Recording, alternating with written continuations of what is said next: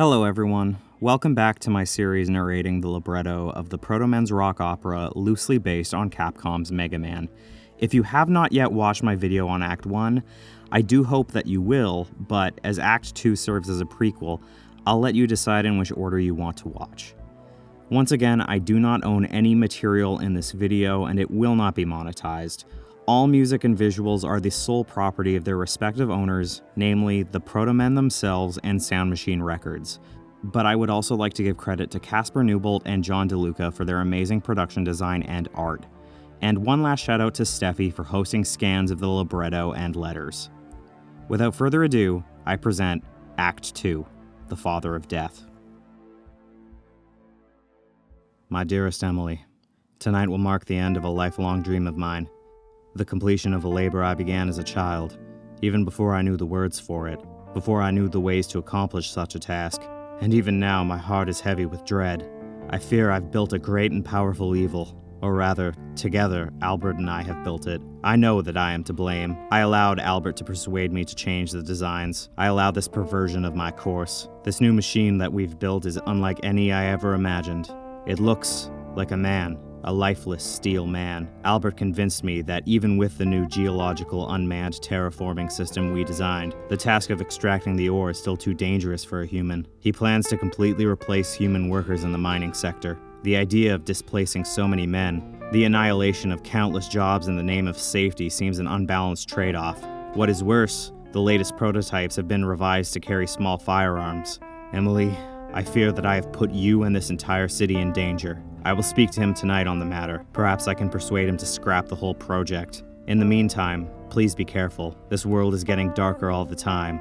I weep at the thought of something terrible happening to you. I could not bear it. All my love, Tom. In a workshop in a building overlooking the city, two great men argued over whether or not to turn the wheels.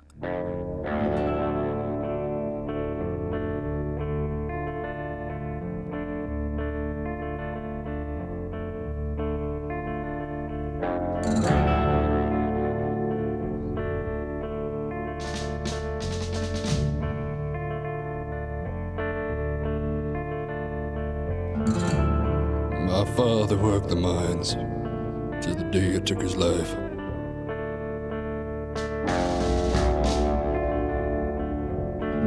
Stole him from his only son, and it stole him from his wife. And I swore upon his grave, someday I would make things right.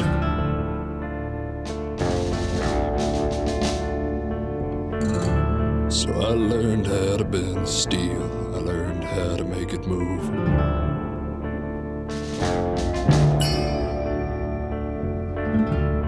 And I watched as they withstood all the hell we put men through.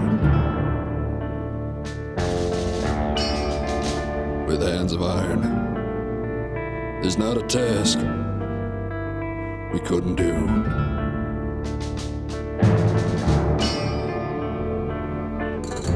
Waited so long for this day, someone to take the death away. No son would ever have to say, my father worked into his grave.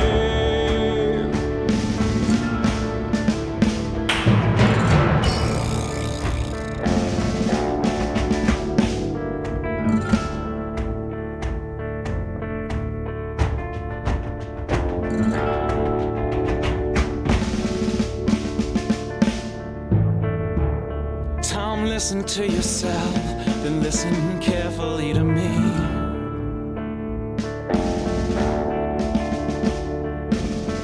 If you replace the working parts, you get a different machine.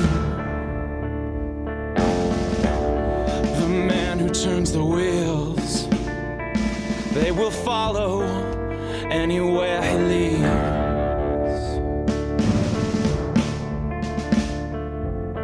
We've spent our whole lives searching for a way to make a better world.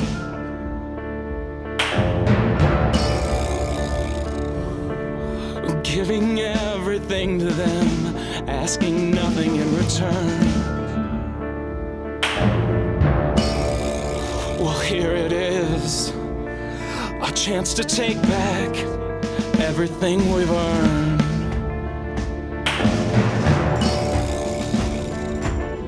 They've waited so long They for waited this day. so long for this day. Take the There death is away. no price they No son wouldn't would pay ever for have to someone say, else to my lead father them. worked into his Don't turn your grave. back on me.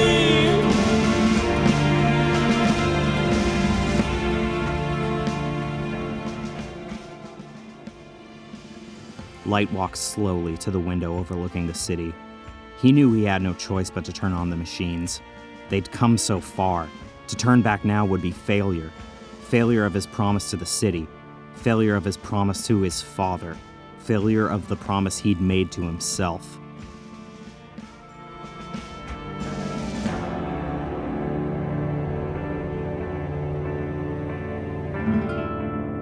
What will I become with the things I will create?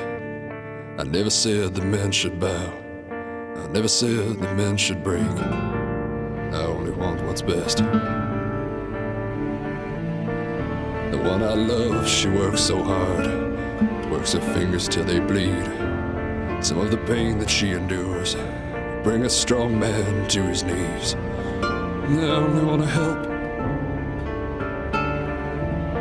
You are a fool. You underestimate the character Well, of they man. are weaker than you You think. think that they'll surrender if you bind their working hands, but they are strong. Just wait and see. We will build cities in a day. Men would cower We at the will build sight. towers to the heavens. Man was not built for such a We height. will be heroes. We will build heroes. Tom reluctantly reached out his hand to the wall and pulled the large metal lever. For miles, lights flickered under the sudden strain as the machines were brought to life. They've waited so long for this day. Someone to take the death away. No son would ever have to say, my father worked into his grave. Men sleep tonight with hands of bone. They will awake with hands of steel. With these hands we will destroy, and with these hands we will rebuild.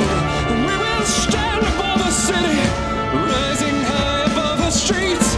From tops of buildings we will look at all that lies beneath our feet. We will raise our hands above us, gold still shining in the sun.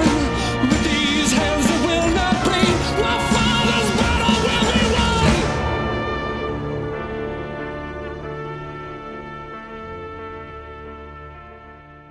As Thomas Light left the workshop, descended the stairs, and walked out into the cold night air, his partner surveyed the machines they had spent their lives creating. His gaze shifted from one pair of lifeless eyes to the next, until he came upon a single red light shining through the blacked-out blast shield of a dark green helmet. He shuddered. This was the new face of fear. He quickly turned to exit, the machine striding stoically a few steps behind. The two men were both headed to the same place. Thomas Light walked slowly through the darkened streets. His mind was racing. His decision, right or wrong, had been made. Nothing could undo it now. He spoke to himself in hurried, hushed tones, weighing the consequences of his actions. A familiar automobile passed him in the darkness. He was too lost in thought to take notice.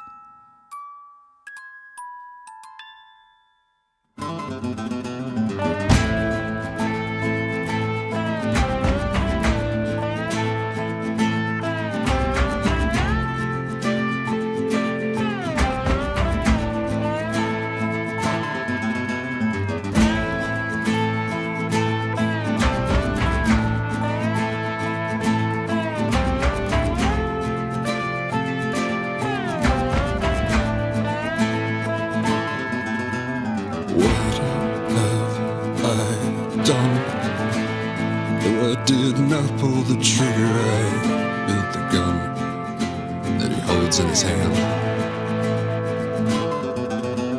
Last night I dreamed I climbed to the top of a mountain of metal. For miles I could see the destruction of man.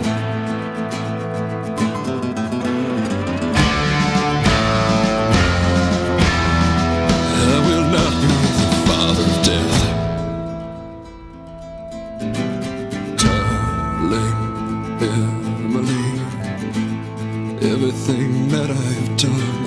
I've done for you, but it's turned out all wrong. Can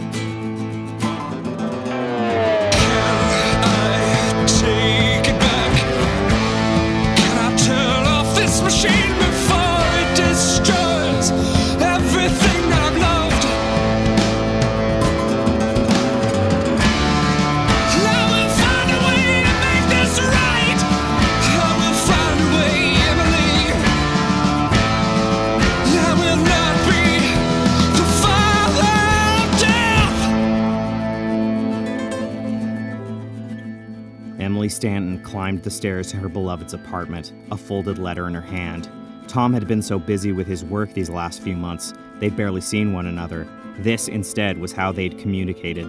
The door at the top of the stairs was cracked open. She called out to Tom as she entered the darkened room. A man was bent over the desk, rummaging through the drawers frantically.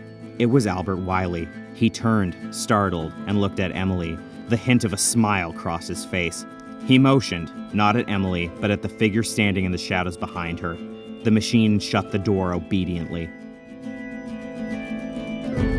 What are you doing here? Let me take you away. I'm not going anywhere. He will be nothing when this He will rings its be call. everything that a man is supposed to be. If a shadow blacks out the sun,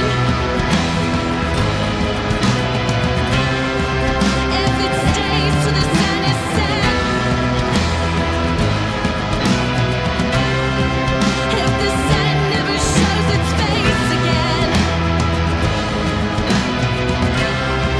no matter how dark this city gets, there will be. Albert Wily's eyes grew cold as Emily's rejection of him became clear. He turned to the machine standing at the door and quickly slid his finger across his own throat. The robot moved silently towards Emily as Wily slid through the window, onto the fire escape, and into the streets below. Emily ran to the window, following his escape, but the machine was too quick. Its cold hands caught the soft flesh of her arm. She opened her mouth to scream, but the warm tearing of a cold blade across her neck aborted the sound. Even as Thomas Light climbed the stairs to his apartment, he sensed something was wrong. He opened the door, crossed through, and locked it behind him. As his eyes adjusted to the darkness of the room, the first thing he made out was a red light pulsing slowly on the fire escape. A moment passed as Light tried to reconcile the image of a machine he'd just left at his workshop, with the figure now towering outside his window. His gaze drifted from the shaded helmet of the machine to its hand and the knife it gripped, dripping deep crimson droplets onto the toe of its black boots. The machine tossed the knife in through the window and leapt to the ground below. Light's eyes followed the arc of the blade to the floor, to Emily. Sirens approached in the distance. Thomas held his darling Emily in his arms, pulling her close to his chest, shaking silently. Footsteps rang out from the stairwell. A fist rapped violently against the door. Thomas didn't notice. He slowly brushed the hair from Emily's face and kissed her forehead, a single tear falling from his own eyes to hers. In her hand, a folded letter with his name scrawled carelessly on the front. The sound of the door splintering finally shook Light from his mournful reverie. He pocketed the note and lowered his love to the ground as he inched slowly to the edge of the open window. His actions were met with the hollow click of rounds being loaded into chambers. He began howling incoherently to the policemen about renegade robots and red lights and blast shields. The only responses he received were nervous faces and fingers inching towards triggers. In grief and desperation, Light turned and threw himself from the window. Shots shattered the hush of the sleeping city. Light's tumbling body flattened the roof of a car parked below. The air was thrust from his lungs. His right arm shattered, but he was alive. He rolled from the car onto the shards of glass lying on the street below, shredding his hands and knees, gasping for air and retching violently on the pavement. For the first time in his life, not thinking about the future, Light scrambled to his feet and disappeared into the darkness.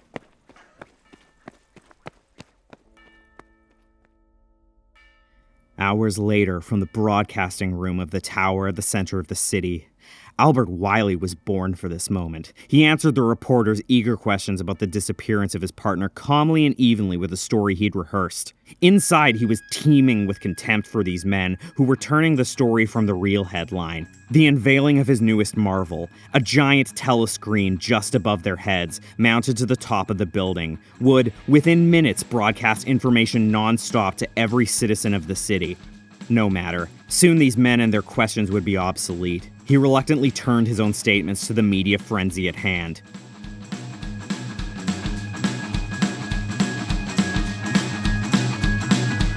Tonight the streets are red lights, I'm blue and blinding. No sign of the good doctor, but the sirens wailing wine and terrors have been found. He made his way to the window overlooking the city. I can almost hear the hounds. He turned back to the reporters.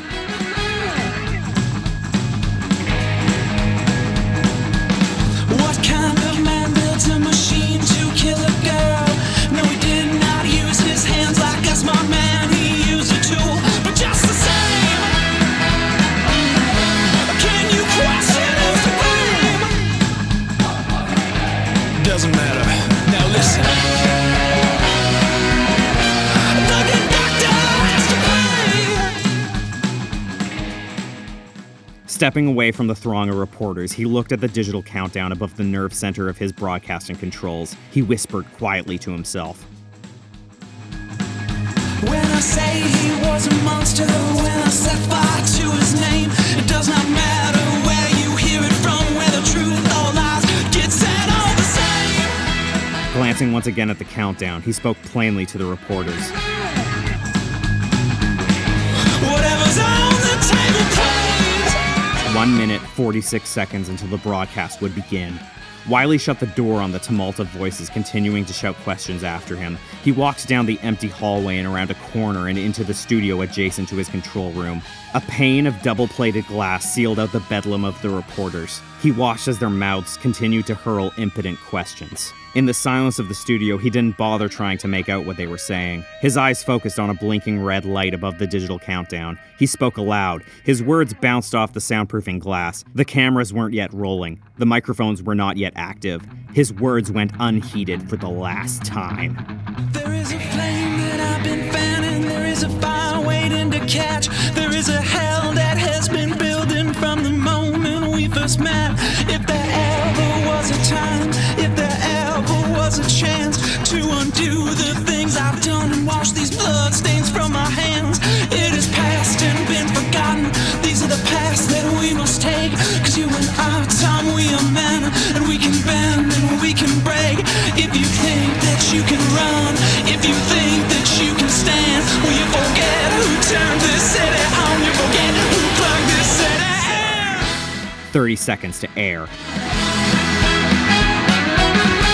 They'll not switch it off again. He straightened his tie, knocked the wrinkles out of his suit jacket, and faced the camera lens. One by one, they'll shoot it in. At this very moment, his moment of glory, he wished he could be out in the streets of the city. He wished he could hear the hum of 1,000 tubes powering the screen, popping to life and warming up simultaneously. Wished he could feel the wave of sound as they drew the attention of every person within the walls of the city. His city. He wished he could float above the streets as every person walked from their homes, left their dinners, their polite conversations, their lives. Wished he could be there as they filed out into the streets, fixed their eyes on the giant screen, and waited. 3 seconds. But Albert's place was here. His time was now. He cleared his throat. The red blinking light went solid. Outside, on the giant screen, Wily's face came into focus. For the first time, the people of the city looked to one man. They saw the face of a leader, one man towering above the city. After a few inspirational opening lines, Wily turned his attention to the matter at hand. Thomas Light. He assured them that the murderer would be apprehended. He promised them that their city would be made safe again. They trusted him completely. Thomas Light was picked up 3 days later in a beggar's cemetery. Emily Stanton had been buried there an hour earlier. She had no family. Her few acquaintances from the factory were busy covering the hole she'd left in their workforce. A few unmoving passages were read by a disaffected priest as her body was slowly lowered into the cold ground. No one but the men paid to cover her pine casket with earth heard his words. Even those were drowned out by the more urgent ones booming from the large telescreen. An hour after the ceremony, Light stepped out of the tree line just beyond the grave. He staggered to the mound of freshly moved earth and fell to his knees. Tears poured from his eyes onto her grave. The police, too, had been waiting. He didn't resist. The trial began within the week. The media circus was phenomenal. The city saw a demon portrayed on the screen. Every shred of evidence was dissected and rebuilt to incriminate him. Constant news, facts, and rumors were forced upon and absorbed by the masses. Emily, a crowd is gathered here, but it is not because of you.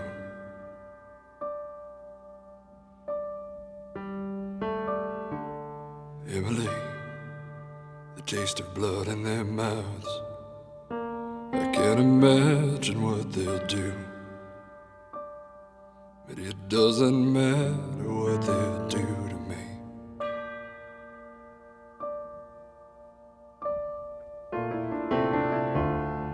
Emily, have they forgotten you when they set their sights on me?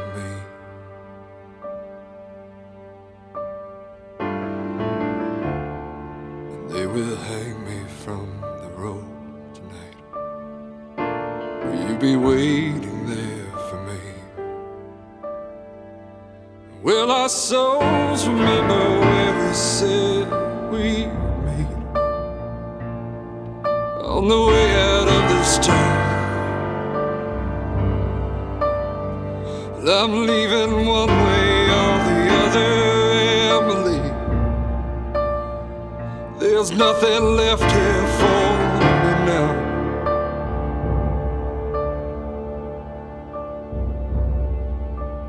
Emily, it's so quiet now. It's like the calm before a storm.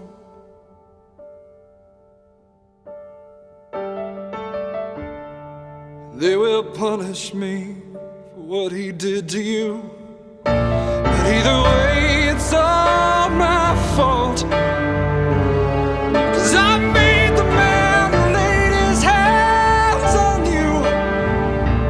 I would tear him down, but I feel like a dead man. What can a dead man do? This is not your fault. I'm leaving one way or the other. There's nothing left here for me now. Turning his attention to the proceedings, Here comes the blow. We find the only man who loved her. We find the only man who gave his life to see her once again. We find this man guilty.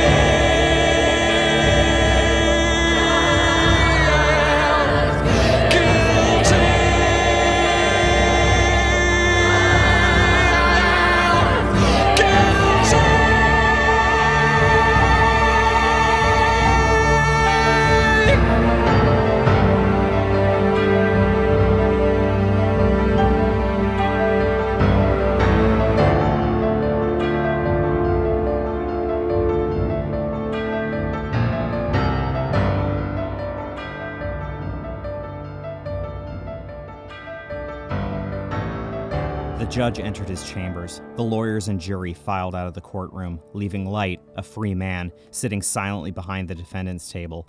The sound of the mob outside was deafening, even through the thickly marbled walls of the courthouse. Their rage, their sense of injustice, was palpable. Throughout the trial, the telescreen had told them that their judicial system would ultimately fail them, that the laws of the city were flawed, skewed to shelter monsters like Light, powerless to protect the people, impotent, weak, dangerously out of touch with the times. Obviously, the screen had been telling the truth. Now, it was telling the masses that they would have to take matters into their own hands if justice was to be served.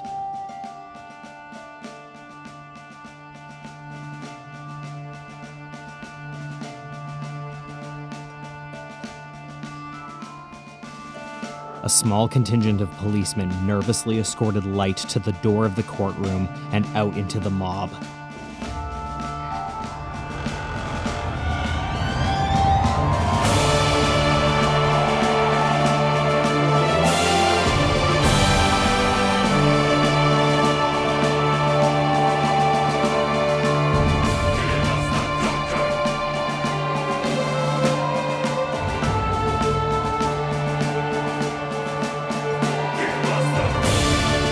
Light was shuffled through the crowd and into an awaiting car.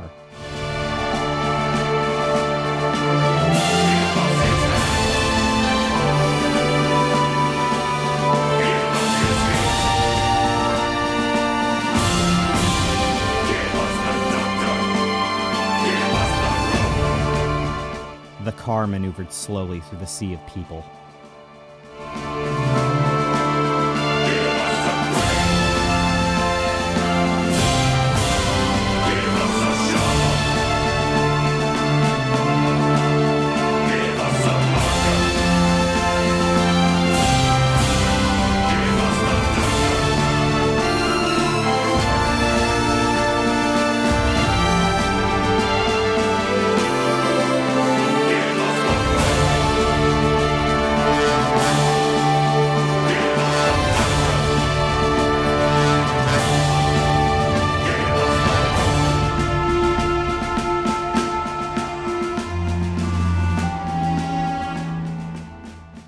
Light and his police escort slowly moved south through the streets of the city, the commotion of the crowd finally fading in the distance. With every man, woman, and child at the courthouse, the streets they traveled were empty and deserted. Knowing that the crowd would surely be following, they accelerated rapidly towards the old train station. Light's only chance was to get out of town. The station was oddly quiet, vacant. In the distance, however, he could hear the crowd advancing, following. A crushing fear overcame his crippling apathy. He quickly stepped from the platform to the awaiting train. It was completely empty. The doors shut and the engine hissed and pulled away from the station. Light looked across the skyline to the tower he'd helped create. His gaze climbed to the top and stopped at the giant screen. Albert's face was screaming at the crowd, whipping them into a frenzy. This was his city now. Light was gone. His name destroyed, his work stolen, his love murdered. But the city was alive. The movement started slowly at first, but soon expanded exponentially into every part of life. The old commuter train that bore Light to his exile was bought and the track scrapped and recycled to make way for a shining electromagnetic bullet train. Sleek and silver, it tore through the city like a volt across a wire, and as quickly as it moved, the city was transformed around it. Beneath the hammers of Wily's new army of metal workmen, buildings were razed to the ground, leveled in a single morning. New foundations were laid in the same afternoon. Structures, metal frames piercing the clouds, were erected before nightfall. Glass and steel wrapped the frames before the sun rose the next day. Then the armies of machines would move on to the next task, never stopping, never slowing, never resting. Morning after morning, the men and women of the city awoke to find a bright new world. Everything was remade, made better, made brighter. The streets were swept. The undesirables, the homeless, the criminal element of the city systematically vanished. The single screen on top of the tower sent out signals to now hundreds of satellite screens. The factories were fully automated. The mines run entirely by machine. The men that found themselves suddenly living lives of leisure crowded the bars, slowly imbibing the generous severances they'd received. Not so much as a single ill word grumbled towards their replacements. The city was a bright and shining beacon of light, a steel-plated heaven. Years passed. A generation grew up within the metal arms that embraced the city. The older generations never told them what the city looked like before the machines. Why would they? What good could come from telling the children of the type of dark, filthy, and dangerous world that men create when left to their own devices? That once men slaved away deep inside the earth, risking death for the sake of survival. That once women left their children, still asleep in their beds, to grind away mindless hours in the factories, sacrificing family to secure necessities. This new world was so perfect that it seemed dangerous to speak of the old world, as if this new city, sprung from a sea of darkness, was balanced on a single point, teetering on crucial ignorance. It seemed that any misstep, any wrong word could topple the city, sinking it back into the sea, that dark abyss of human suffering, leaving them with nothing. After all, they were not the creators of this world. They were merely the recipients of a gift given to them by a single man in his countless steel hands. And just as easily as it was given, couldn't it be taken away? An unspoken fear dangled above the heads of every man and woman, keeping them silent, keeping them safe. Even so, rumors started. Ghost stories of a demon, a beast with a single red eye. He who would pluck you from your bed at night if you were found with a dissenting word on your tongue. Mothers told children to stay close as they traveled through the streets, keep a smile on their faces, and never speak ill of the machines. A generation grew up inside the metal hands that gently circled the neck of the city. Some of them grew up hating the city, fearing the machines. There was one boy in particular. His name was Joe.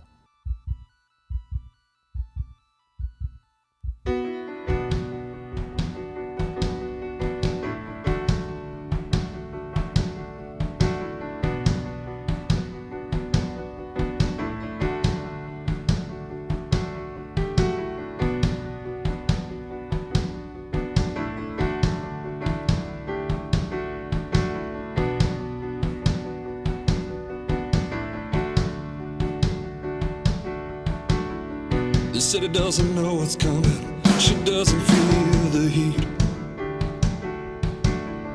This city won't know what hit her, what knocked her out into the streets. This city's thinking that it's over and she's already fast asleep. So I'm breaking out of here tonight. Now I'm ready.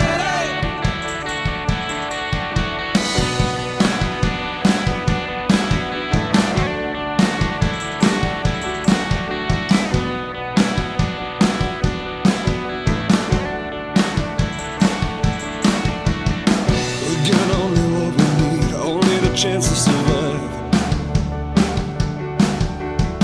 and even then it's a coin toss, so roll of the dice.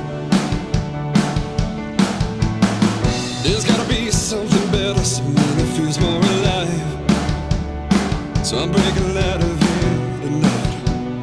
I'm breaking out of here. You gotta feel it, girl. Feel the wind pick up. Something's gonna change. There's no use putting in a drive if all the wheels are stuck. There's something wrong here. Like this one still wants to scream, but no one makes a sound. But you gotta feel it, baby. So I'm gonna find out what it is, and I'm gonna tear it down. Joe turned to a girl who'd been ignoring him all night, leaned in, and whispered in her ear. The engine's running, baby. We don't have time for goodbyes. I know you can't come with me. I see that look in your eyes. So kiss me fast, 'cause there's no time to lose. Leave the light on, I'll come back for you. And everything is said and done, I swear I'm gonna make it right.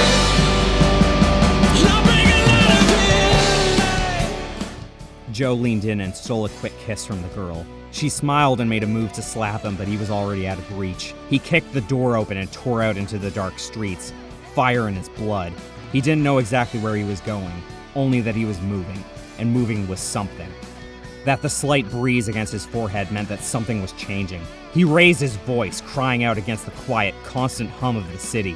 From the windows high above the streets, a few concerned women called out to him to keep his voice down. For his own sake, for all their safety.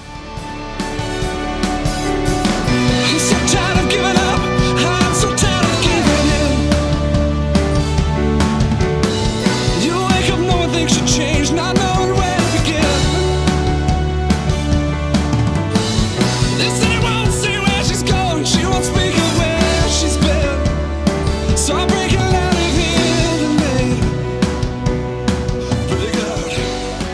Without noticing where he was heading, he'd reached his home, or his former home, his mother's house. She'd vanished 3 years ago.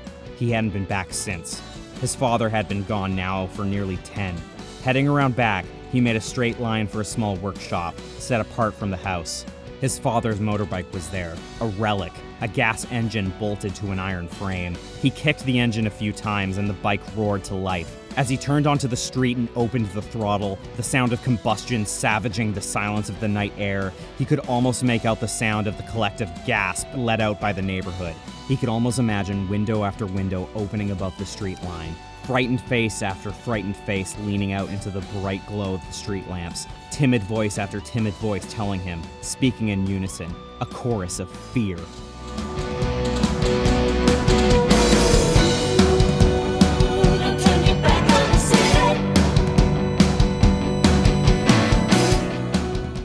Joe ignored the voices. He thought perhaps he was the only one who hadn't turned his back.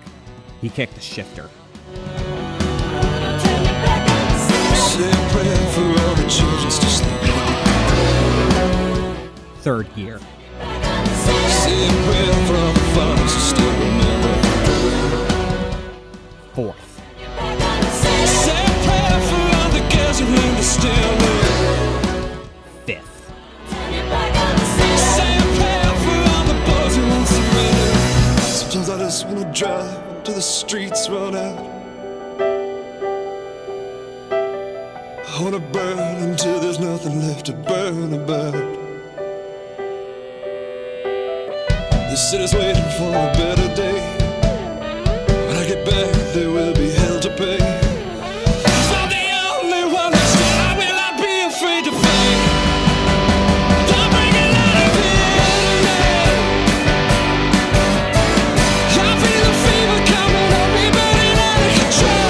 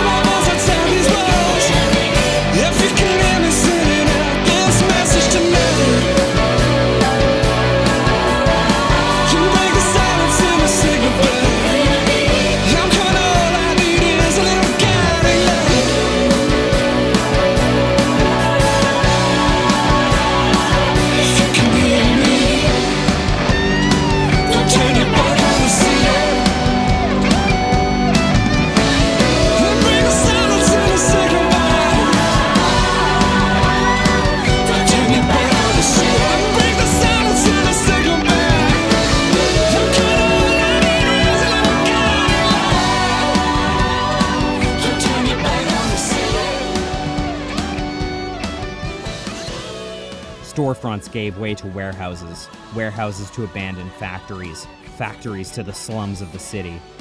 He'd followed the line of the electric rail for almost an hour, the outskirts, a place to which men now rarely ventured, the dark streets flickering under failing street lamps, away from the machines, away from the people trying to keep him silent. He should be feeling free. He wasn't. He was feeling something else, a wariness, a hesitation.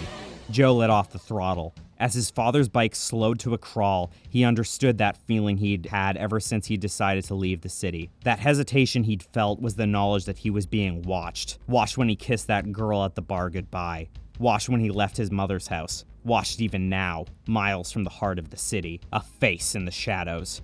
He stopped the bike in the middle of the street, silenced the engine, and lowered the kickstand. There was no traffic, no metal footsteps patrolling the streets. But the familiar sound of the telescreens reached even here.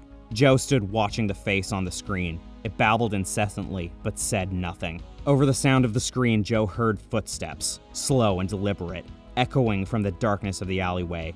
Kneeling down, Joe placed one hand on the street beside him, the other reached for the knife in his boot. He recalled the stories the children of the city loved to repeat about the red-eyed assassin. Light's monster, they called it. The footsteps emerged from the darkness of the alley and into the uneven glow of the flickering streetlights.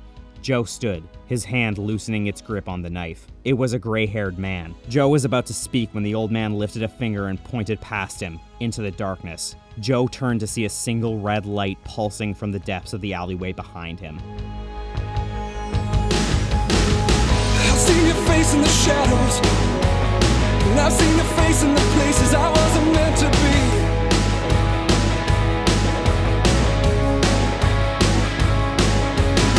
I've heard them whisper about you.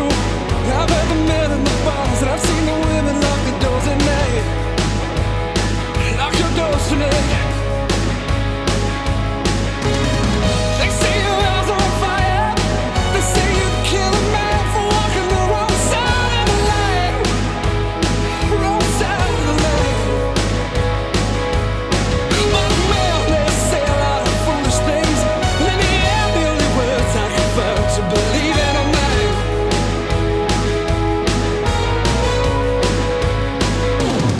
They say this city, she's been there for years now. For years now. So death is not something that scares me. It scares me. There's worse things than death here. They told me that when I've been told where to stand, I will not be told what to say. Not by man or machine, not by you, not by anyone tonight. Gonna have to do better than fear. Gonna have to step out of the shadows and fight.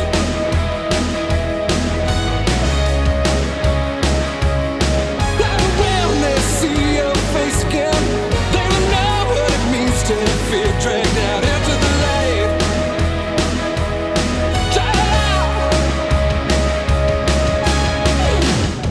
They say this city, she's been there for years now. For years now. So death is not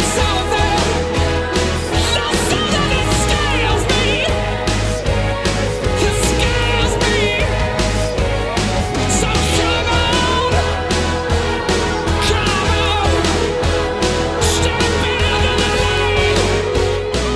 The red-eyed assassin stepped from the shadows. He'd been keeping pace with a motorcycle racing at top speed for an hour, yet he showed no sign of fatigue.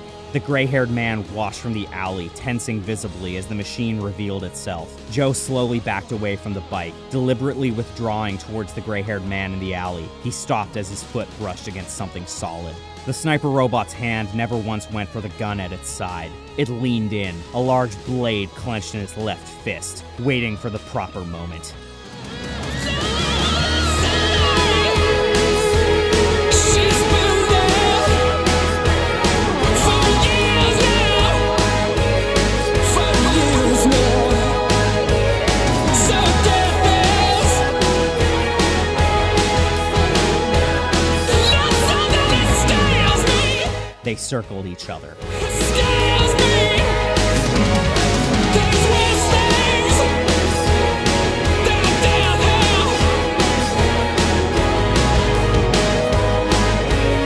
There's lies on the side of sadness. Joe's hands were shaking. So come on, just open your mouth and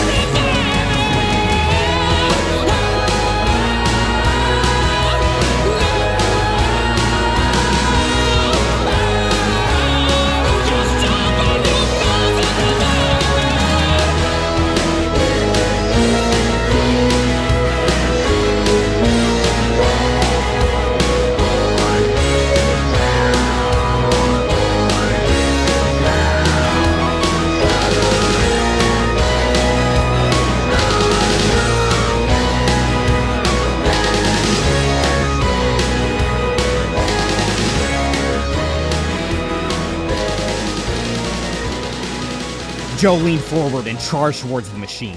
If he was going to die, he would go down swinging. He plunged his shoulder into the chest of the automaton. With every bit of strength he could summon, Joe thrust upward, and both man and machine left the ground in an arc. By the time they slammed back into the asphalt, the machine was on top, its cold hands tightening around Joe's neck. The impact sent the pipe bounding far from Joe's reach. Joe's fingers clawed at the smooth metal covering of the machine, searching for a chink in its armor.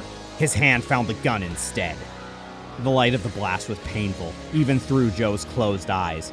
He opened them slowly, carefully. He found the machine lying several feet away, immobilized, with a smoking hole in its chest. Its red eye faded and flickering. Joe rose. He approached the machine. He pointed the gun at the robot's head and slid his finger over the trigger, steeling himself for the blast.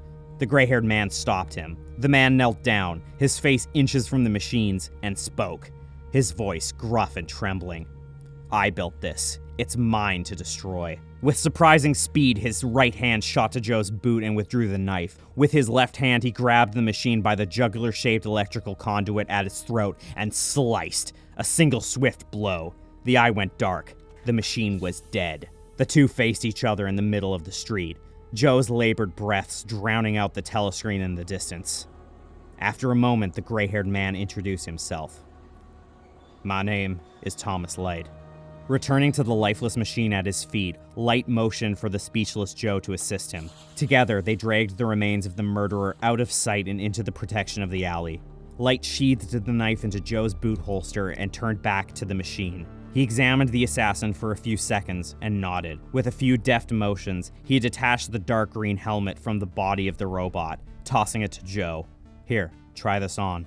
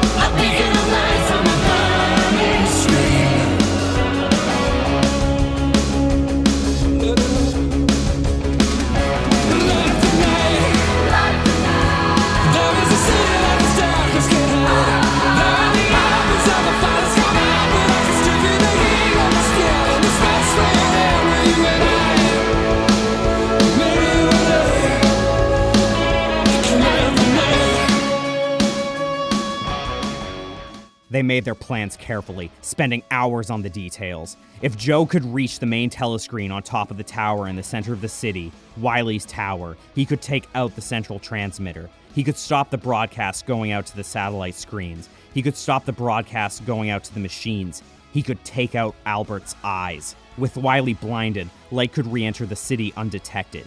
He could complete the task that he had obsessed over for more than 20 years. He could kill Albert Wily. A prisoner caged on the edge of the city. This was Light's chance. His chance not only at freedom, but to exact revenge. To kill his judge, his warden, and the man who'd built his prison. To destroy the man who'd taken everything from him. His life's work, his name, his love.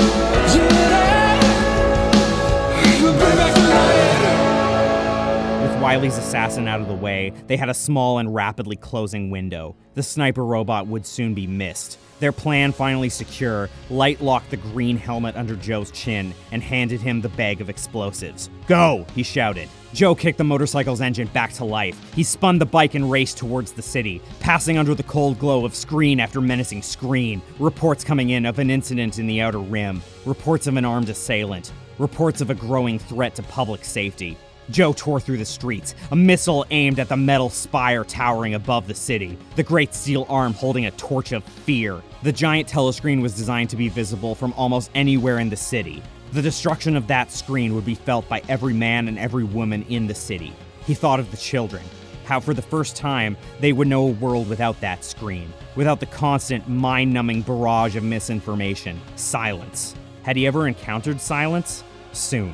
The street was ending. Joe revved the engine. No hesitation, no fear. The motorcycle bounded over the curb, launched off the steps in front of the tower, and landed jarringly upon the hard, slick marble of the plaza. Losing traction, the tires skidded out ahead of the heavy iron frame. The bike pitched. Joe kicked hard against the bike. Inertia kept him glued to it. He rolled over onto his stomach and clawed frantically at the smooth marble, trying to slow himself. The bike would not be slowed. It slid rapidly toward the main entrance. The steel doors secured tightly for the evening. The wheels caught on the final steps leading up to the doors. The bike spun upright and left the marble floor. 600 pounds of iron and chrome roared, end over end, towards the entrance, crashed into the steel doors, and exploded. Joe's momentum halted just inches from the steps. Sirens erupted around him. He pushed himself to his feet and ran towards the flames, hurtling the mangled carcass of the bike. He entered the tower lobby and headed for the stairs. Flight after flight, Joe took 2 and 3 steps at a time. His chest nearly collapsed under the strain. His legs never hesitated. Finally, he reached the door leading to the roof.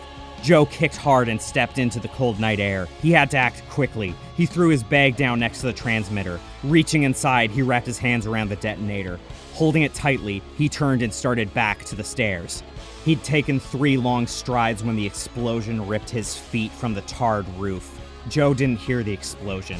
The shockwave of the blast knocked him unconscious instantaneously. Light had nearly reached the plaza. He watched as the flames erupted from the top of the shimmering tower, setting aglow the clouds above. Among the debris cast off the building by the explosion, he spotted what could only be a human body, twisting lifelessly as it plummeted toward the earth. Light held on to hope that the falling body was not the one he'd feared it must be. As it approached the ground, Light's fears were confirmed as he made out the glare of the flames above, reflected in a scarred blast shield. He watched as Joe's body landed with a dull thump upon the small patch of grass in a courtyard on the south side of the building. By the time Light had reached the boy's body, a crowd had gathered. As he stood in the center of the circle of onlookers, another explosion rattled the ground. Then another. Then another. In the distance he could see, one by one, the telescreen splintering and erupting into flames. Light understood immediately. No mistake had been made. This was all occurring as part of Wily's design. A man who'd spent all of his life fearing and planning against his loss of control could not be undone by a lone boy and a bag of explosives. Light's eyes turned to the east, the industrial complex on the edge of the city. From a tower in the center of the complex, a red light pulsated. A second transmitter. They'd stopped nothing. Light fell to his knees and cried out into the night. He'd sent this boy to his death. The enormous loudspeakers, mounted to the steel walls surrounding the complex, began to howl. A voice followed the sirens. Although difficult to make out amidst the commotion that surrounded him, Light heard enough to understand. He could make out the words, "threat to the safety of the city." He heard "insurgent forces." He heard the loudspeaker commanding the frightened men and women of the city to return to their homes or risk being counted among the criminals. Even from the courtyard, Light could make out the thousands upon thousands of green-helmeted robots marching from the steel gates of the complex. Wily had built a fortress. He had built an army. He was waiting for this moment to unleash it.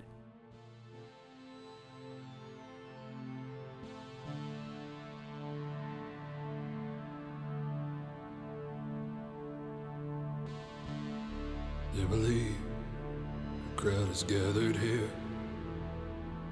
Once again, they fail to see.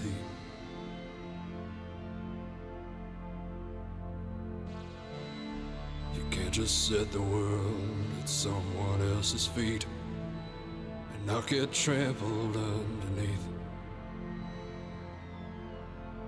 I think somehow Joe knew it, paid the price he thought he had to pay.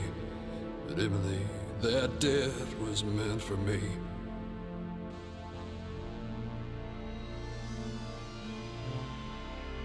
That debt was meant for me.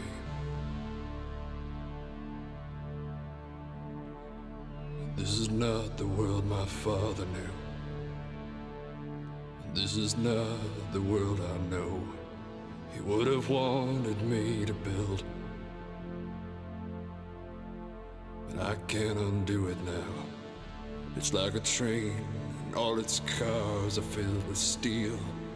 And I would stop if I knew how. It is bearing down on me, so I will stand here with my shoulders square and tall. When the whistle blows, not falter. When the crash comes, I will fall. With so much steam and steel behind it, I won't slow it down at all. Oh God. Oh God. Here comes the arm. The building above Light shuddered. The weight of the screen and the metal framing that surrounded it overwhelmed the now destroyed upper levels of the building. He heard the sharp crack and whine of bending steel. He felt the quake of thousands of pounds of metal crashing onto the earth and the marble surrounding him. The explosion of steel and stone sent the crowd fleeing in all directions. Light barely noticed. The world had been crashing down around him for more than 20 years. He placed his hands in his jacket pocket and pulled out a small piece of paper. Its creases cracked and splitting. He carefully unfolded it. Soon, he would be with Emily. Only now could he summon the courage to read what she had written to him all those years ago. Only now could he bear to read her words.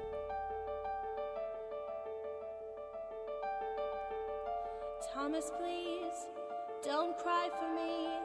I know you never meant for this. I love you completely. Just remember that if I should leave you now, then in my final hour, I pray this letter finds you well before it all goes to hell. He could never cage the world, it's too big for anyone, and soon the dark will pass. I want so much to be with you, but in my heart I know, Tom, the city needs you now. The city needs you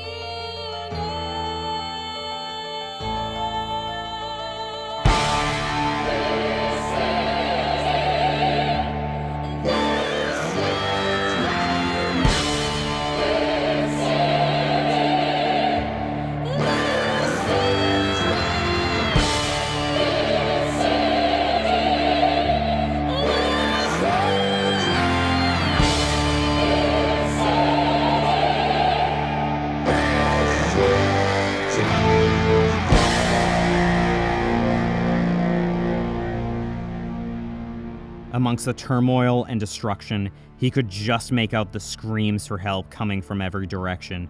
Tom scanned the desperate and terrified faces of the people running past. He gazed once more into the flames reflected in the blast shield that covered Joe's face. He unlocked the helmet and removed it from the boy's head. Light looked at the bruised and battered face of a hero the city had lost. He spoke.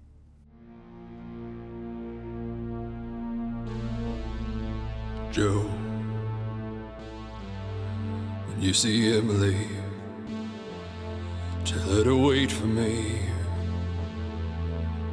'cause I still have work to do.